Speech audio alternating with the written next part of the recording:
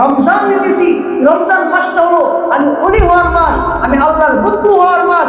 এই জন্য তোমরা শাবান মাসেই পরিপূর্ণ মুত্তাকি হইয়া পাক হইয়া রমজান মাসের প্রথম রমজানেই আমি আল্লাহর বন্ধু হই।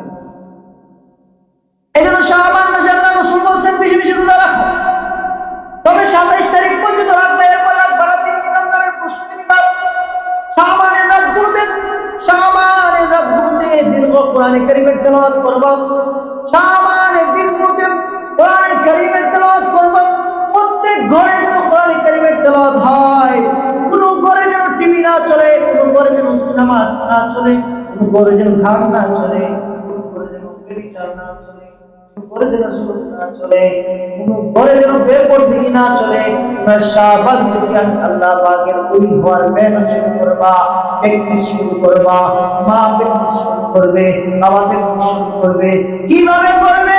ফজরের আযান যখন মসজিদে হবে, মা উঠে কোরআনের তেলাওয়াত করবে, সন্তানকে জাগাবে, ফজর পড়তে যাও। স্ত্রী উঠবে, কোরআনে কারীমের তেলাওয়াত করবে। স্বামীকে বলবে ওযুর পানি দিয়ে স্বামী ওযু করে ফজর পড়তে যান। ফজরের পরে কোরআনে কারীমের তেলাওয়াত করেন। স্বামী স্ত্রীর ইবাদতে তদারকি করে। সুবহানাল্লাহ বলেন। করে জিজ্ঞেস করে নামাজ পড়ছে, করে জিজ্ঞেস হাত তুলে বেশি গায় এটা গেল জিজ্ঞেস করে জীবনে এই দৌড়ে নামাজ পড়ছে, ঠিক আছে? কোনো দিক আমি প্রতিদিন আমার সবার খারাপ পড়ছি না বললে একটু রাগারাগি। এই যে স্ত্রীর ইবাদতে তদারকি করা, হ্যাঁ, স্ত্রীর ইবাদতে তদারকি করা। স্ত্রী স্বামীর দিকে বাস করে কবুল করছে। আজকে বাবা তো নামাজ পড়ছেন নি। আমাদের স্ত্রীর স্বভাব এরকম হয়েছে, স্বামীর দিকে কত কামাইছে, আজকে কত এটা দিঘা স্বামী দিঘা আজকে কই টাকা ভাট পারি কিনা বাঁচাই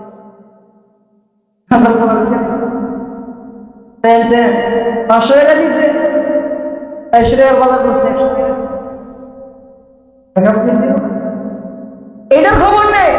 স্ত্রীর ইবাদতের খবর নেই না, স্বামীর ইবাদতের খবর নেই না, সন্তানের ইবাদতের খবর নেই না। এই জন্য আমাদের সমাজগুলো পচে গেছে, সমাজের কর্তাদের দিল পচে গেছে, সমাজের মানুষের দিল পচে গেছে। অথচ নিয়ম ছিল ইবাদতের খোঁজ খবর নিবে, কে কি ইবাদত করছে জিজ্ঞাসা করবে, তোমার ইবাদত কতটুকু, তোমার ঈমান কিরকম হালত, ভাই বলো তো তোমার ঈমানের কি অবস্থা, ভাই বলো তো তোমার নামাজের কি অবস্থা, ভাই বলো তো তোমার সুরাতের কি অবস্থা। এগুলো তো আমরা জিজ্ঞাসা করি না, দেখ হইলে জিজ্ঞাসা করে ওইটা বিদেশ ইতালি বাড়াইছে আর দুটা আছে ও কি কথা এটা ফখরুল ইসলামের লগে ইতালি বাড়াইছে আর দুটাকে পড়ায়। এরকম কোন মারফত আছে এলাকা যেমন ওই ফখরুল হয় কি হয় না, হয় না। আমার একটা আরেকটা আলেম বানাইছে যে আমার মরণের পরে আমার কবরের সাথে, আরে মিয়া তুমি এমন ফুল বানাইছো যে মরণের পরে কবরের সাথে যায় হুজুর দোয়া করবে। দোয়া করার বাক্যগুলো তুমি তোমার সন্তানকে শিখাইছো না। কবরের সামনে দাঁড়িয়ে থাকবো, বাড়া দিয়ে হুজুর নিয়ে নেবো, দোয়া করবো করতে এরকম নালায় অপদস্থ সন্তান যে আমরা জন্ম দিয়ে দিতেছি। 1 টাকার কাম আসবে আমার, মরার পরে আমার সম্পদগুলো সে ভোগ করবে, 40 দিন পরে 40,000 মানুষকে খাওয়াবে। এটাও দেখাইবার লেগা না খাওয়া মানুষ বাপ মারা গেছে মানুষেরা খাওয়াইছে না, এটা মানুষের কথা রাখার জন্য আপনার সন্তান আপনাকে খাওয়াবে। 1 বছর পর্যন্ত ভুলেই যাবে, কবরের সামনেই যাবে না। আপনি কি এরকম সন্তান তৈরি করেছেন যেই সন্তান প্রত্যেক নামাজের পরে পড়বে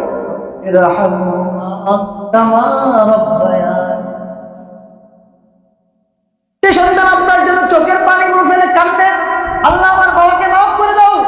যে সন্তান আপনার জানাজার রসকে সামনে নিয়ে আপনার জানাজার ইমামতি করবে। একজন সন্তান যদি বাবার জানাজার ইমামতি করে 70 জন আব্দুল কাদের জিলানীর মতো আল্লাহ নবী যদি জানাজার হবে, নিজের সন্তান যদি বাবার জানাজা দিতে পারে আল্লাহু আকবার বলবে তো আল্লাহ তার আযাব মাফ করে দিবে। এরকম সন্তান কি তৈরি করছি? ইতালি যাওয়ার সন্তান তো আমরা তৈরি করতেছি, সিঙ্গাপুর যাওয়ার সন্তান তো তৈরি করতেছি, বেহেশতে যাওয়ার সন্তান তৈরি করছি। বেহেশতে যাওয়ার সন্তান তৈরি করেন, জান্নাতে যাওয়ার সন্তান এরপরে আর যাবে না, টাকা পয়সা যাবে। মানুষ বেহুশ হইছ দুনিয়ার পিছে, জবাব দিবে রে তুই আল্লাহর কাছে। আল্লাহ না মানিয়া এত টাকা করছো কামাই, এত টাকা রাখবা কোথায়? কাপড়ের তো পকেট নাই, কাপড়ের পকেট আছে? টাকা রাখবা কোথায়? কাপড়ের তো পকেট নাই। টাকা পয়সা হইয়া কি কেউ কবরে গেছে? টাকা পয়সা নিয়ে কেউ গেছে কবরে? কেউ যাইতে পারবে? পুরা অর্ধ জাহানের বাদশা যিনি ছিলেন, তিনি মরার সময় বলছে আমার দুইটা হাত বাড়াইয়া দিও, আমার হাঁটুর হাত দিয়ে দুইটা হাত বাড়াইয়া দিও। মারার পরে যখন দুই হাত ঝুলকা নেই, তার দুই হাত বাড়াইছে। মানুষ বলে দেখ কত বড় লোক, মহিলা গেছে তারপরে ট্যাক্সে গেছে, মহিলা গেছে তারপরে হাত বাড়া আমরা কাছে টাকা দিচ্ছি। আলেমরা বলে না না না, টাকা যাইতেছে বুঝাইতেছে। পুরা অর্ধ জাহানের বাদশা ছিলাম, আমিও তো খালি হাতে কবরের দিকে রওনা দিলাম। কাইতন্য হইলা রেখে দিছে, এটাও যাওয়ার লেগে দেয় নাই আমার সাথে। আরে কি জন্য পাগল হইলা? মানুষ একটু পাগল হইলা কিভাবে মৃত্যুর কথা কিভাবে স্মরণ হয় না? একটা জান্নাতে যাওয়ার একটা সন্তান বানান, জান্নাতে যে নিবে আপনারা এরকম একটা সন্তান বানান। সিঙ্গাপুর যাওয়ার সন্তান তো বানাইলেন 5টা, জান্নাতে যাওয়ার সন্তান একটা বানান। এর উসিলা দিয়ে পিছে পিছে জান্নাতে যেতে পারো। সন্তান না বানাইতে পারলে নাতি তো আছে, নাতিরা বানা, নাতিরা তো নামারে দিনে নিব তোর নিত না, নাতিটারে বানান, নাতিটারে বানান বা বাতিজাটারে বানান, বা কেউ নাই, নাতিও নাই, বাতিজাও নাই, আলেমদের মহব্বত করে।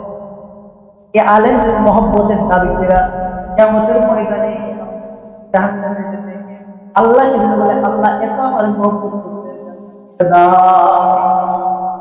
জান্নাতে যাওয়ার কিছু ইনকাম আমরা করি, কিছু পুঁজি আমরা তৈরি করি।